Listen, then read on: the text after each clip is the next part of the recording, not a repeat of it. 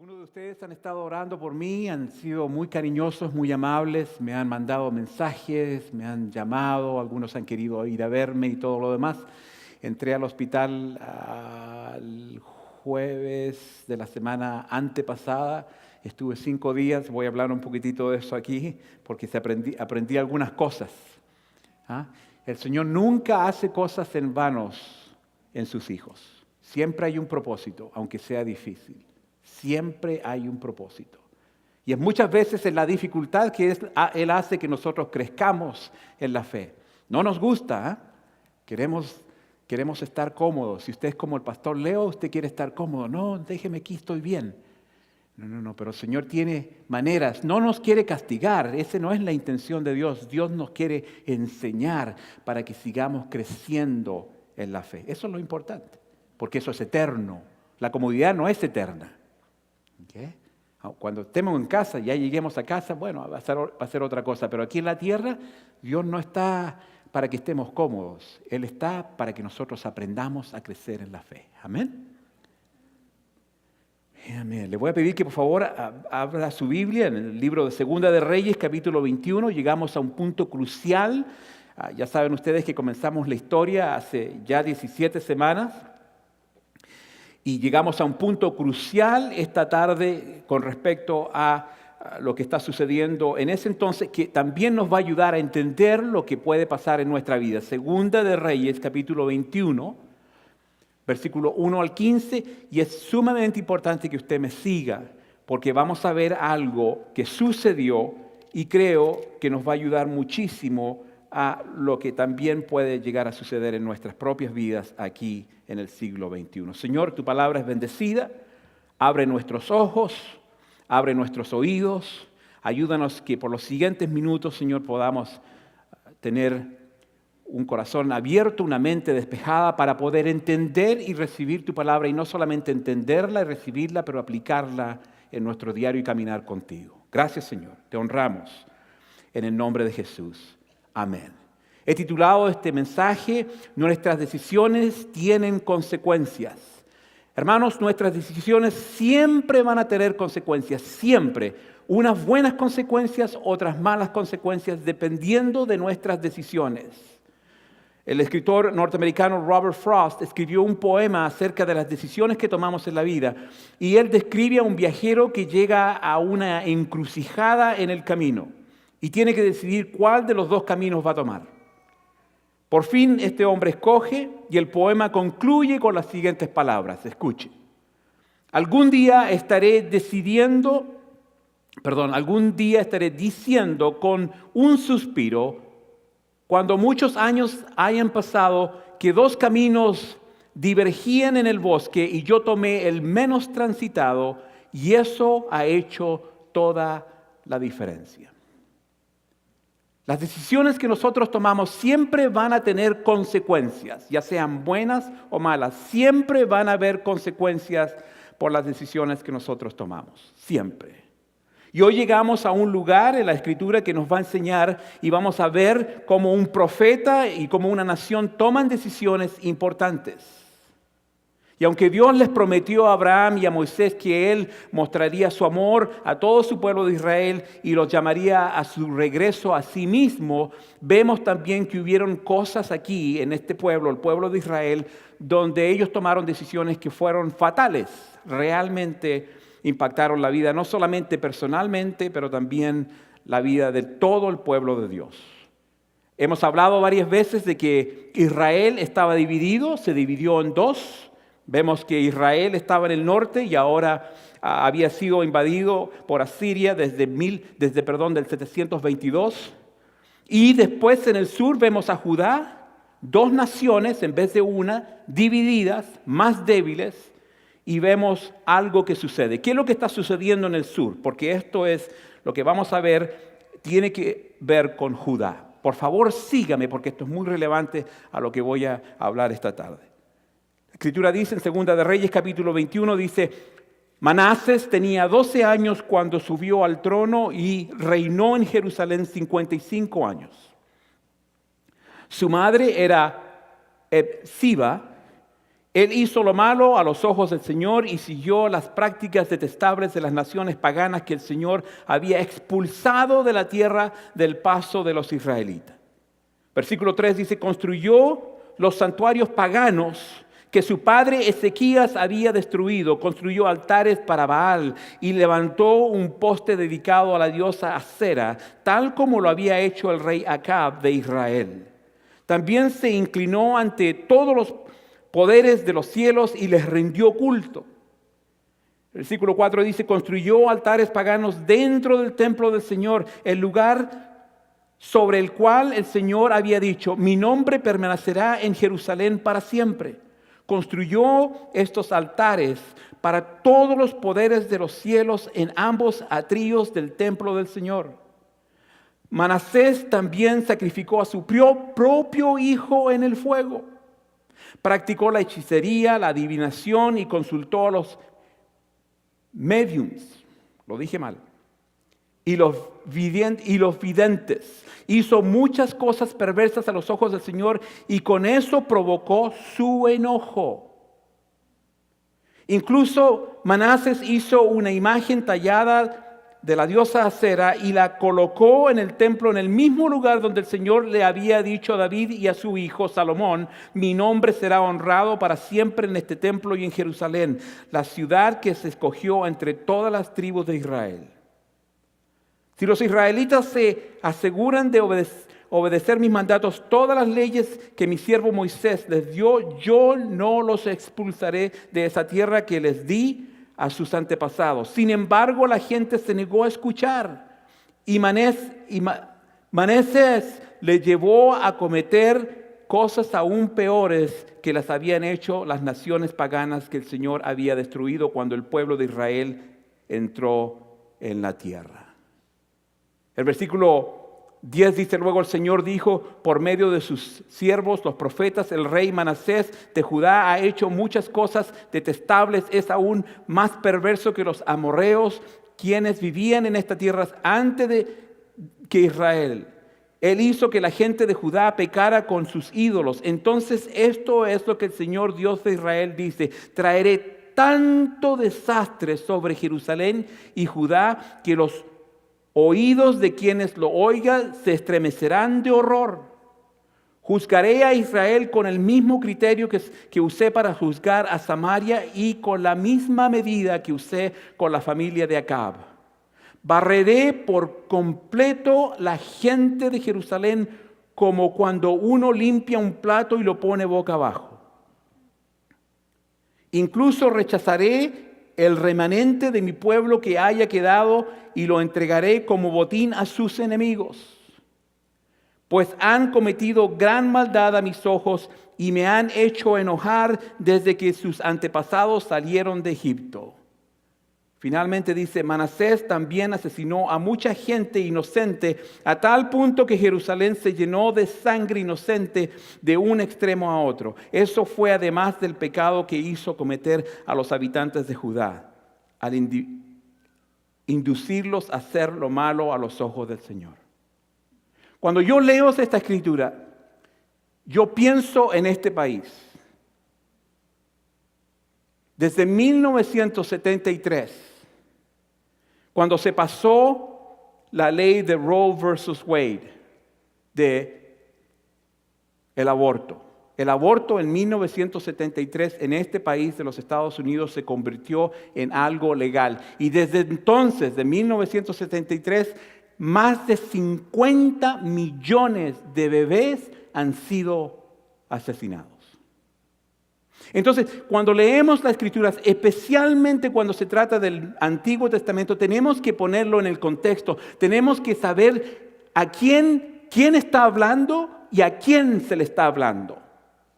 En estos momentos vemos una descripción de lo que Dios está sintiendo en su corazón con respecto a su pueblo. Un pueblo que ha sido dividido. Israel en dos naciones ahora, Israel y Judá. Y está hablándole a Judá. Y está hablando de quienes han gobernado esa nación. Y está hablando de la gente, de cómo la gente se ha desviado, de cómo la gente ha sacado los ojos de Dios y se ha ido con otras cosas. Judá tuvo reyes buenos y reyes malos. Manasés hizo más maldad a los ojos de Dios para que cualquier otro rey. Segunda de Crónicas 36 nos dice esto. Y mire el énfasis que pongo en las Escrituras. Repetidas veces el Señor Dios de sus antepasados envió a sus profetas para advertirles, porque tenía compasión de su pueblo y de su templo. Sin embargo, el pueblo se mofaba de estos mensajeros de Dios y despreciaba sus palabras. Se burlaban con desprecio de los profetas hasta que el enojo del Señor no pudo ser contenido y ya no se podía hacer nada.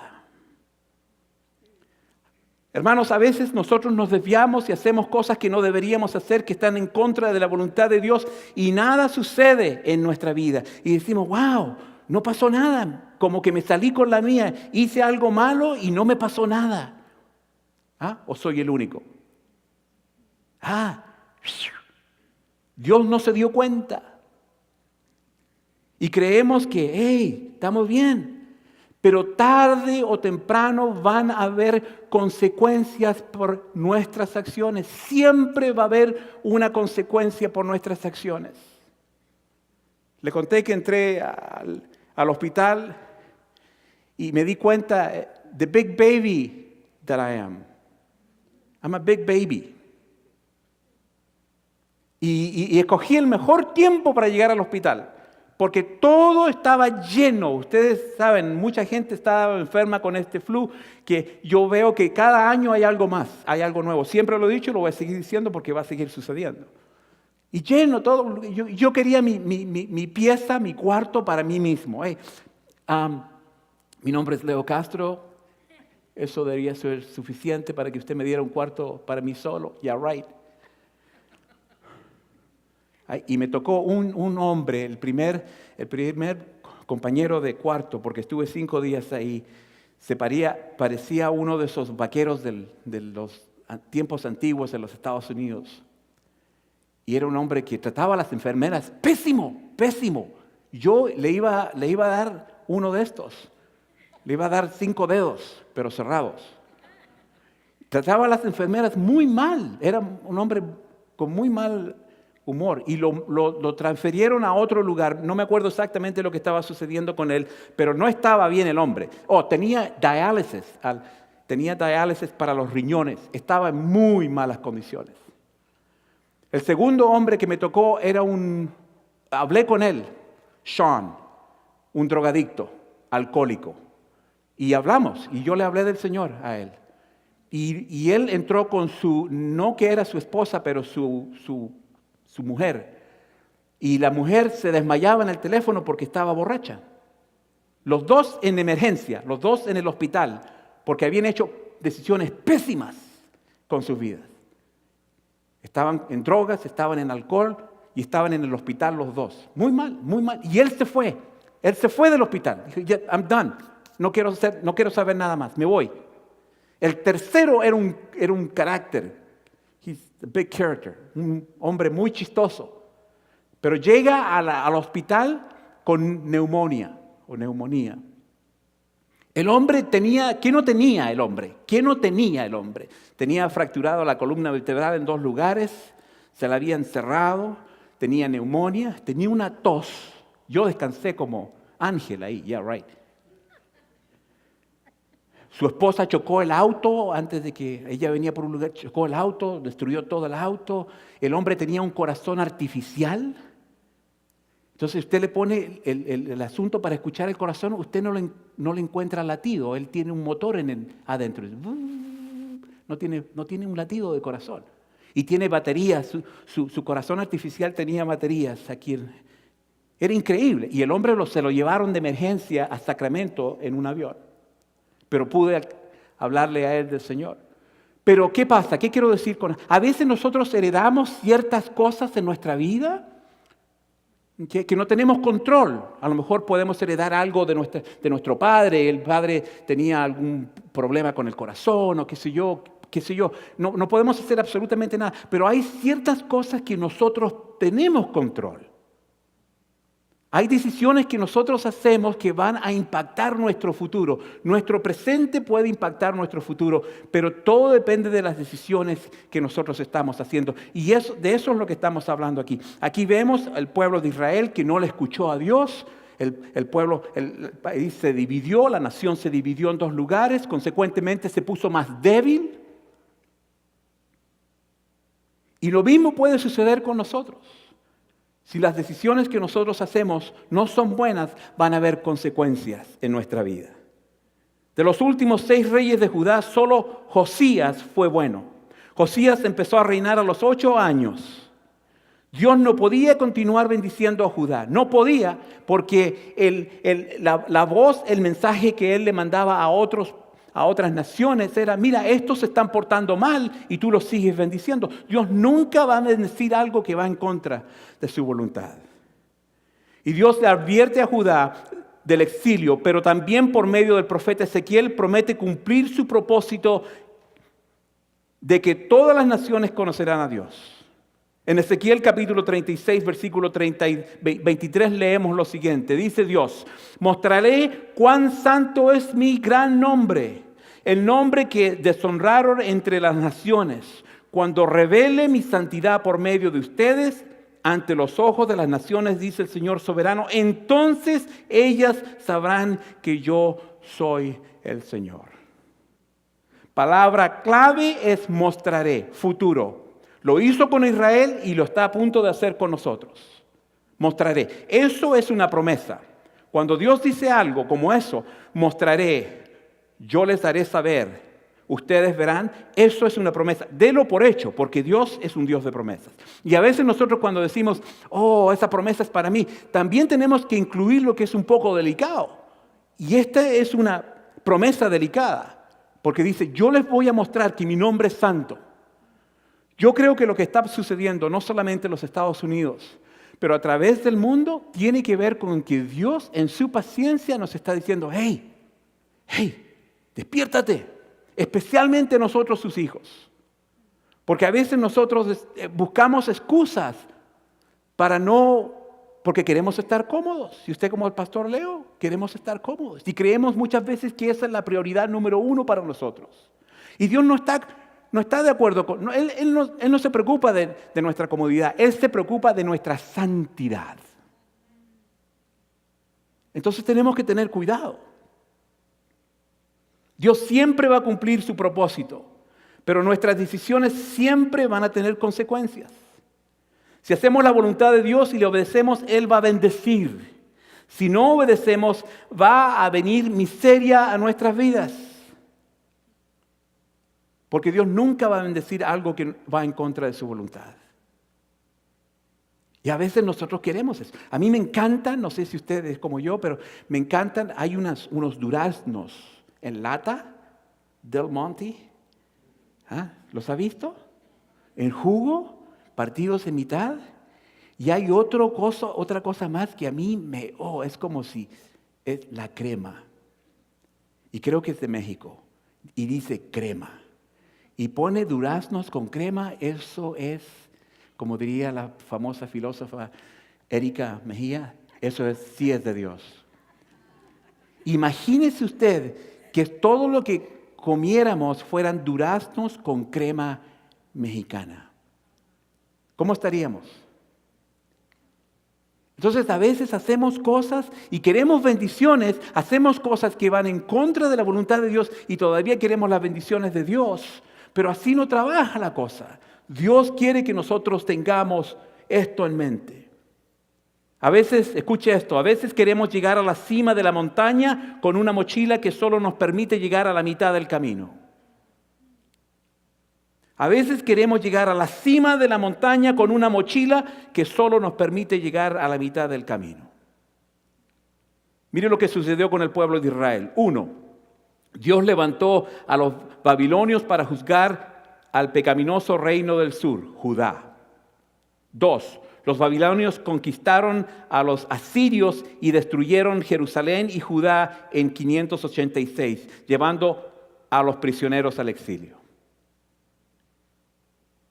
Salieron con la de ellos por mucho tiempo, pero llegó el tiempo donde el Señor dijo, ya estuvo. La caída del reino del norte y del reino del sur son historias difíciles, hermanos, de enseñar, pero nos enseñan lecciones valiosas, lecciones de fe. En el medio del juicio, Dios siempre ofrece una esperanza a nosotros. Nunca es tarde para darnos la vuelta y comenzar a caminar hacia el Señor en obediencia. El otro día escuché, el mejor tiempo de plantar un árbol fueron 20 años atrás. La segunda mejor tiempo de plantar un árbol es hoy. Si estamos haciendo cosas que no deberíamos hacer, que no honran a Dios, Dios nos da la posibilidad hoy de cambiar nuestro rumbo y hacer la voluntad de Él. Y en todo lo que hemos leído, en todo lo que hemos visto en Segunda de Reyes, cómo estos reyes reinaron, hicieron la voluntad contraria a la voluntad de Dios, surge un hombre, surge un profeta. Y ese profeta es Jeremías. El sobrenombre de Jeremías, y lo conozco muy bien porque yo lo tenía cuando era pequeño, era el profeta llorón. No que yo era profeta, pero era llorón. Mi padre me decía, este es Jeremías. Era el profeta llorón porque él lloraba por el pueblo de Dios. Pablo escribió en Efesios capítulo 2, versículo 10, que Dios también nos llama a nosotros. Todos tenemos un papel que jugar en la visión y en el plan de Dios, en el plan que el Señor tiene para nosotros. Jeremías puso excusas de que no tenía las cualidades necesarias, pero Dios prometió estar con él y ayudarle a hablar. Lo mismo sucede con nosotros. Hay un plan para su vida. Hay un propósito para su vida. Especialmente en todo lo que está sucediendo alrededor de nosotros. A veces se nos hace incómodo hacer la voluntad de Dios y queremos irnos en otra dirección. Voy a decirlo de nuevo. El jueves llegué, para que usted conozca a su pastor. Llegué al hospital el jueves. El viernes yo ya me iba. No, esto sí que no. Vámonos. Y yo sentía en mi espíritu que el Señor me tenía ahí por alguna razón.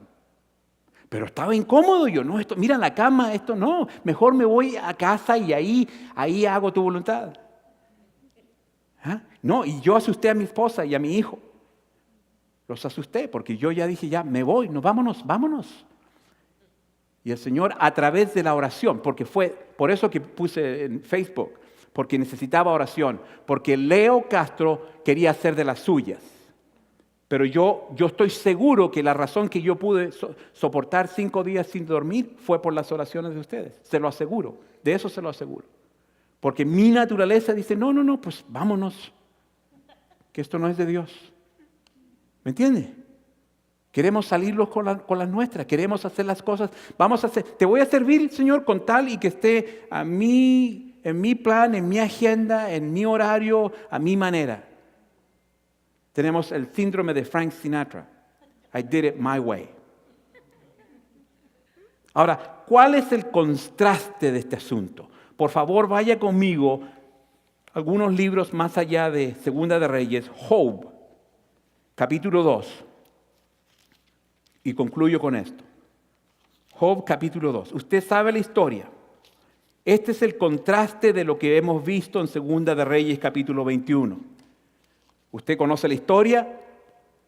Job era un hombre de Dios, era un hombre que había sido bendecido grandemente por Dios aquí en la tierra. Era un hombre de mucho poder, tenía una linda familia, tenía posesiones. Y dice la Escritura en capítulo 2, versículo 8, dice que su esposa, dice que Job, sentado entre cenizas, se rascaba con un trozo de tela. Y su esposa le dijo, ¿todavía intentas conservar tu integridad? Maldice a Dios y muérete. El hombre estaba aflictado con montones de enfermedades. No podía estar en ningún lugar, ni sentado ni acostado. Tenía cenizas en el piso y era lo único que traía un poco de alivio a su condición. Y dice que está ahí tirado y su esposa llega y le dice, ¿por qué? En otras palabras le dice, viejo, maldice a Dios y muérete. Esa es la traducción latina. ¿Ok? Mire lo que dice la respuesta que dio él es: sin embargo, Job contestó, hablas como una mujer necia. ¿Aceptaremos solo las cosas buenas que vienen de la mano de Dios y nunca lo malo? A pesar de todo, Job no dijo nada incorrecto. Y me encanta cómo lo pone en la Escritura, porque dice la integridad. Incluso fue la esposa la que le dijo, todavía estás ahí sin perder la integridad. Lo que nosotros necesitamos en nuestra vida, hermanos, es integridad de fe. Integridad de fe. Un compromiso con el Señor. Que no titubeemos. No titubeemos. El otro día alguien puso algo en Facebook y me encantó. Y creo que decía algo así, con respecto a una mujer. ¿Cómo es que una mujer casada evita que otros hombres le estén dando piropos? ¿Ah? Y el párrafo decía de que una mujer en el trabajo, cuando están hombres acechándola, diciéndole, hey, salgamos, vamos a comer juntos, vamos al cine. Todo lo que la mujer tiene que decir, no, yo estoy comprometida ya. Yo ya tengo novio. Lo mismo pasa con nosotros, la iglesia de Dios. Nosotros ya tenemos novios, ya tenemos novio, ya estamos comprometidos, ya estamos comprometidas. Pero ese compromiso no tiene que variar. Ese compromiso tiene que estar ahí firme. Mire lo que pasó en Job, capítulo 42. Y esto es muy relevante lo que estamos hablando. Capítulo 42. Imagínese usted, Job, el libro, si usted nunca ha leído Job, lea Job. Propóngase leer un capítulo, aunque sea cada día. Y lo va a terminar en 42 días. Mire lo que pasa aquí. El capítulo 42 dice el versículo 10, cuando Job oró por sus amigos, el Señor le restauró su bienestar. Acuérdese que los amigos que habían llegado con él le dijeron, la razón de que tú estás en la condición de que tú estás es porque tú has pecado. Con amigos así, ¿quién necesita enemigos? Pero dice la Escritura que cuando Job oró por sus amigos, el Señor le restauró su bienestar. Hay veces que nosotros nos hacen mal algunas personas y queremos darle de estos. O queremos vengarnos. Pero el Señor nos dice, perdónalos, ora por tus enemigos. Porque cosas sobrenaturales suceden cuando nosotros hacemos la voluntad de Dios. Y dice la Escritura que cuando Job oró por sus amigos, fue entonces donde el Señor restauró su bienestar. Es más, el Señor le dio el doble de lo que antes tenía. Pero Job tuvo que hacer algo antes de que él recibiera lo que había perdido. El versículo 11 dice, entonces todos sus hermanos, hermanas y anteriores amigos vinieron y festejaron con él en su casa. Lo consolaron y lo alentaron por todas las pruebas que el Señor había enviado en su contra, y cada uno de ellos le regaló dinero y un anillo de oro. Así que el Señor bendijo a Job en la segunda mitad de su vida, aún más que al principio, pues ahora tenía 14,000 ovejas, 6,000 camellos, 1,000 yuntas de bueyes y 1,000 burras. Además dio a Job otros 7 hijos y 3 hijas. Llamó a su primera hija Gemina, y la segunda Cesia, y la tercera Karen Apuk. En toda la tierra no había mujeres tan bellas como las hijas de Job, y su padre les dejó una herencia en su testamento junto con sus hermanos.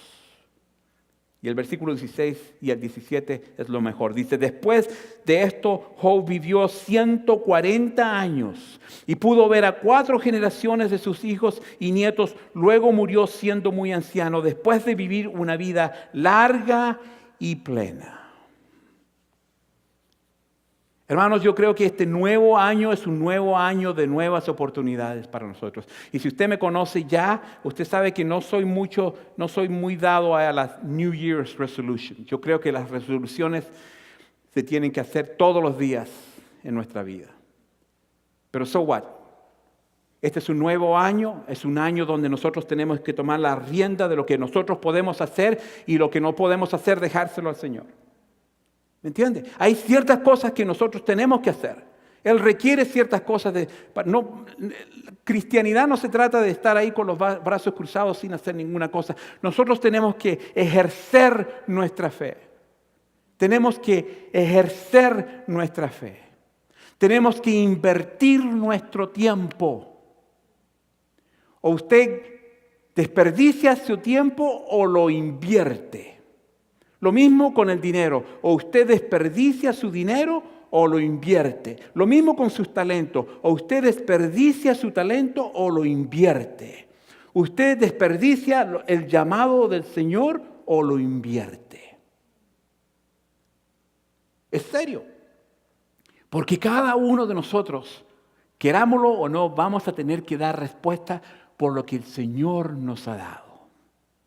Déjeme decirle, este asunto de estar en el hospital 5 días fue una experiencia que me abrió los ojos.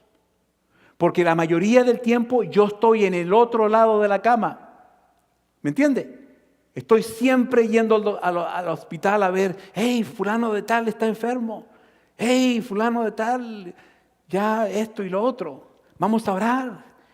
Siempre en el hospital. Nunca había estado en el hospital, creo que una vez, una noche. Pero esto me dio un concepto totalmente diferente de lo que es la vida. Y lo que es la salud.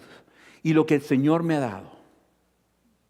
Entonces, no desperdiciemos lo que Dios está poniendo enfrente de nosotros este año nuevo. No desperdiciemos el llamado. No desperdiciemos las oportunidades que el Señor nos está dando, los talentos que Dios ha puesto a nuestra disposición. Agarremos este año, digámosle, Señor, todo lo que tú tienes enfrente de mí tiene un propósito, incluso lo que es difícil, y yo lo voy a hacer porque tu palabra me dice que todo lo puedo hacer porque tú me das a mí la fortaleza. Y todo tiene propósito. Todo tiene propósito. Amén. Entonces hay que alentarnos, hay que animarnos los unos a los otros. Hay que seguir adelante. Vienen victorias, pero también vienen pruebas.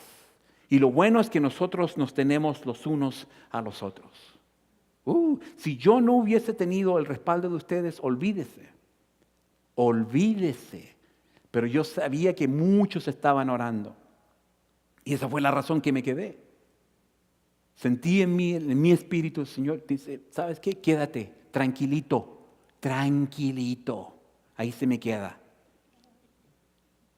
el muchachito. Porque queremos, ¿no? Pataleamos y todo. No. Be still and know that I am the Lord. Tranquilos. ¿Hay algo que le afana? ¿Hay algo que le preocupa? ¿Hay algo que todavía no está bien? Tranquilo. Esperemos en el Señor. Esperemos en el Señor. He's got your back. He's got your back. El Señor siempre quiere lo mejor para usted. Siempre. Siempre. Eso es lo que yo me recordaba en el hospital. Cada 2 horas las enfermeras, ahí te vamos a picar, pa. Estoy aquí para descansar. Cada 2 horas y picar y sacándome. Ya me sentía, tenía un sentido de emptiness. Me sentía vacío con toda la sangre que me habían sacado. Parecían vampiros estos. Le vamos a tomar el pulso, señor Castro. A ver, ya me tomaron, hombre, ¿qué más quieren? Pero en todo eso, peleando. Y el Señor trabajando. Hey, take it easy. Take it easy. I got you. Aquí te tengo, en la palma de mi mano. Tranquilo, tranquilo. A lo mejor usted está nervioso, nerviosa, afanado por algo. El Señor lo tiene usted en la palma de su mano. Pero nosotros tenemos que descansar en Él. Y déjeme decirle, viajo a través del estado de Nevada diciéndole eso a otros pastores. Tengo 10 pastores aquí en el estado de Nevada donde yo hago coaching. Y el último viaje que hice en noviembre del año pasado, le dije, "Hey, es importante que ustedes, pastores, estén bien. Es muy importante". Yo me hacía el santo ahí, mira, ustedes, como que yo ya, muy importante, ustedes estén bien, deben estar bien, porque si ustedes no están bien, su iglesia no va a estar bien. Y una voz ronca para que sea más importante. Y mire yo, corriendo 1000 millas por hora, haciendo esto y lo demás. Tenemos que descansar en el Señor, tranquilos. Comenzar a buscar la paz, la tranquilidad que Él nos da, que podemos solamente encontrar en Él.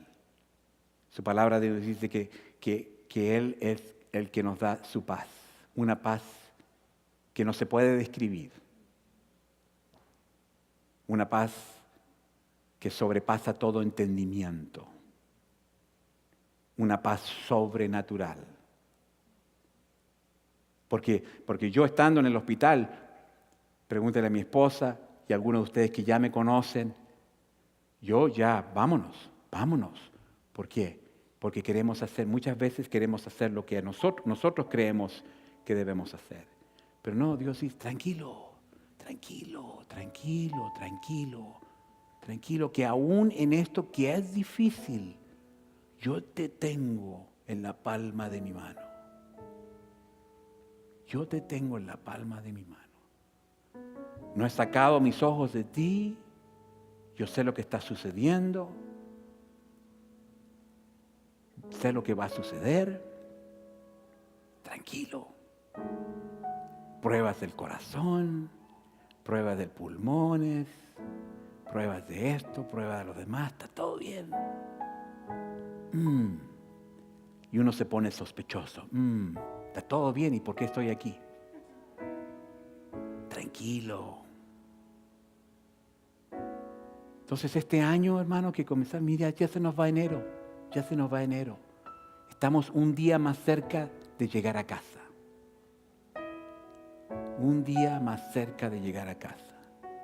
Pero antes de llegar, el Señor está trabajando en nosotros. Está trabajando en lo que es eterno. Está trabajando en lo que importa, en lo que cuenta. Todo lo demás es pasajero. La casa, el trabajo, el dinero, todo es pasajero. Lo que importa, lo que es eterno, es nuestra relación con Él. ¿Sabe por qué? Porque usted y yo somos eternos. Somos seres eternos. Todo eso es lo que vale la pena cuidar. Entonces, si hay que hacer algunos cambios, ya. Hagamos los cambios ya. Si usted nos ha comprometido en su caminar con el Señor, hoy es el día de hacerlo. Este año no es un año para ser flojos, para ser irresponsables, para no tener un compromiso con Dios. Es todo lo contrario. Si hemos estado titubeando, si hemos estado jugando con el Señor, si hemos estado jugando en nuestro caminar con el Señor, es tiempo de arrepentirnos, volver a nuestro primer amor, como nos dice Apocalipsis capítulo 3, y entregarnos por completo. Amén. Señor, necesitamos tu ayuda. No queremos ser como este rey que hizo todo lo contrario a lo que tú querías que él hiciera para que guiara a tu pueblo, Señor. Entonces esta tarde te pido por tu iglesia, Iglesia Eternidad, te pido por aquellos que nos están viendo a través de los medios de comunicaciones, te pido por mí, te pido por aquellos que no están, te pido, Señor, por la iglesia en general, no solamente en Reno, en Estados Unidos, pero a través del mundo. Que seamos un pueblo de compromiso, un pueblo que no titubea, un pueblo que siempre tiene sus ojos en la meta, como Pablo decía. Ayúdanos, Señor, porque somos débiles. Y tú tienes un plan incluso en la debilidad que nosotros tenemos, porque tu palabra nos dice, Señor, que en nuestra debilidad tú eres fuerte. Entonces yo te pido, Señor, que nosotros podamos seguir buscando de la fortaleza en ti, nada más, en ti. En nuestra debilidad, que tú seas nuestra fortaleza. Ayúdanos, Señor, a ser un pueblo comprometido. Un pueblo, Señor, que siempre, siempre, siempre sigue caminando en fe. Y te pido, Señor, por aquellos que tienen que hacer cambios, que sea hoy día, no mañana, que sea hoy día, Señor. Que digamos, este es el día del cambio. Este es el día donde giro. Este es el día donde yo me arrepiento de lo que he estado haciendo, que está contrario a la voluntad de Dios, y llego a los pies de Él una vez más. Te honramos, te glorificamos, te bendecimos, Señor, porque sabemos de que tú tienes un concernimiento con respecto a nuestra vida espiritual. Gracias, Señor. Gracias, Señor, por la esperanza que tenemos en ti. Gracias, Señor, por lo que has hecho, por lo que estás haciendo y por lo que estás a punto de hacer, Señor, con todos nosotros. Te honramos y te bendecimos y te damos las gracias desde ya, Señor, porque en ti no nos falta absolutamente nada. Al contrario, Señor, tenemos todo. Y si estamos pasando por algo difícil, sabemos, Señor, que esto va a pasar y que vamos a salir del fuego, Señor, refinados, glorificando tu nombre, porque en ti estamos. Te honramos, Señor, en el nombre de Jesús. Amén. Y el pueblo de Dios dice, gracias, hermanos.